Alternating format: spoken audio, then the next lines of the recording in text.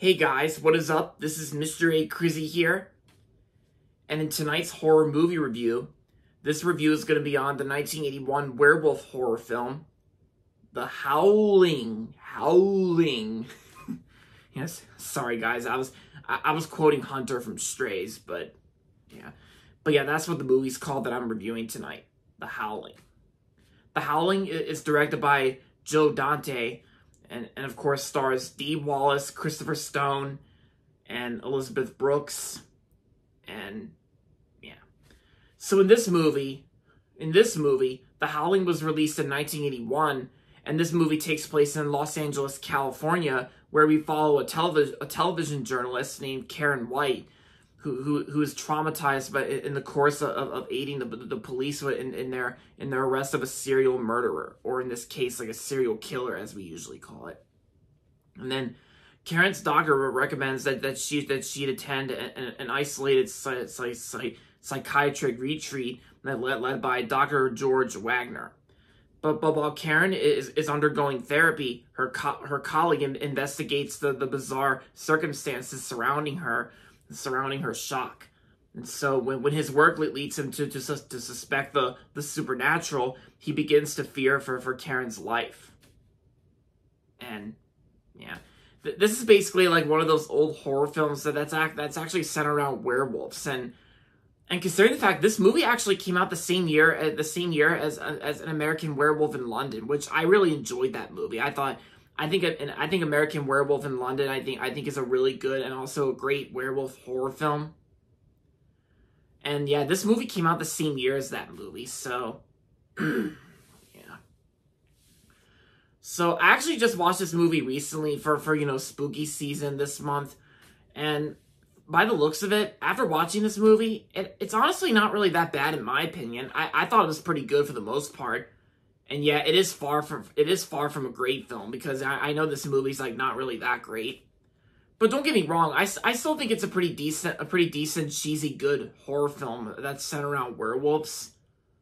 And yeah, because the story itself I thought was okay. The story itself I thought was okay, because it's basically about like a news anchor following a traumatic encounter with a serial killer, and then of course she visits like a resort that's secretly inhabited by werewolves. And yeah, sometimes this movie kind of almost feels like An American Werewolf in London, even though this movie takes place in Los Angeles, California, and this is because this clearly has nothing to do with London in the UK.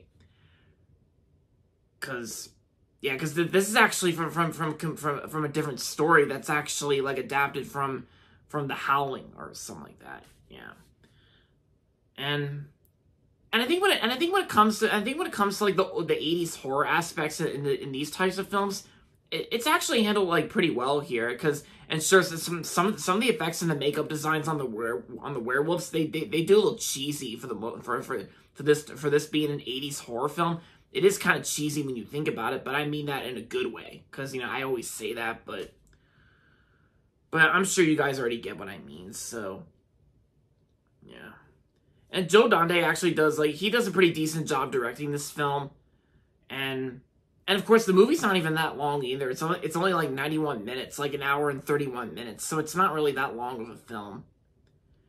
And I gotta say, the performances I thought were good. I thought the performances did pretty decent. Like Dee Wallace, I know from the Steven Spielberg film E.T. the Extraterrestrial, which came out the year after this film came out. Like Dee Wallace, like she's actually the same actress who played the mother in E.T., which I thought Dee Wallace actually did pretty good here.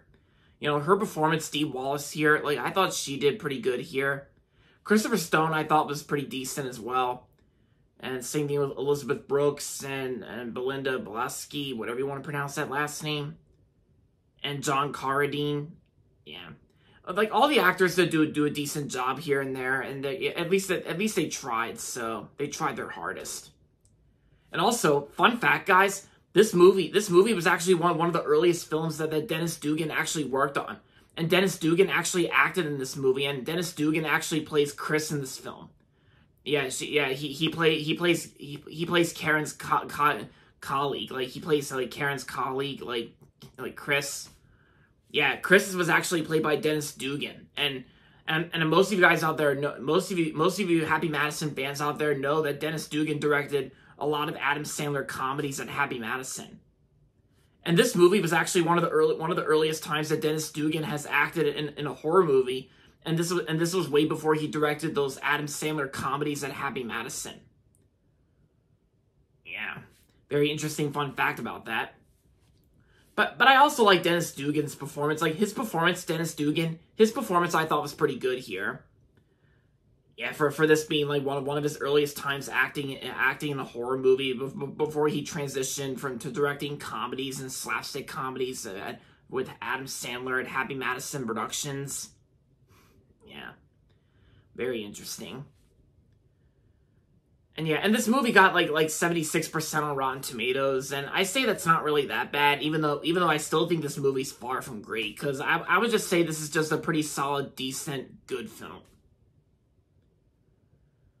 So overall, The Howling was a good horror film released in 1981, and I'm gonna give The Howling 3.5 out of 5 stars. I was thinking about giving it like 4 stars out of 5, but then I was thinking, yeah, I would just say I would rate this film 3.5 out of 5 stars. That's good for me. But yeah, even if you've not seen The Howling yet, then I say give it a watch. Or in this case, if you want to rewatch An American Werewolf in London, then I recommend revisiting that as well. And there you have it, guys. That's going to be it for my movie review on The Howling. Hope you guys liked it. And with that being said, thanks for watching as always, and if you're not subscribed yet, don't forget to subscribe if you haven't yet, and also make sure to like this video as well. With that being said, until next time, this is Mr. A. Crizzy saying goodbye everybody, and that's about it.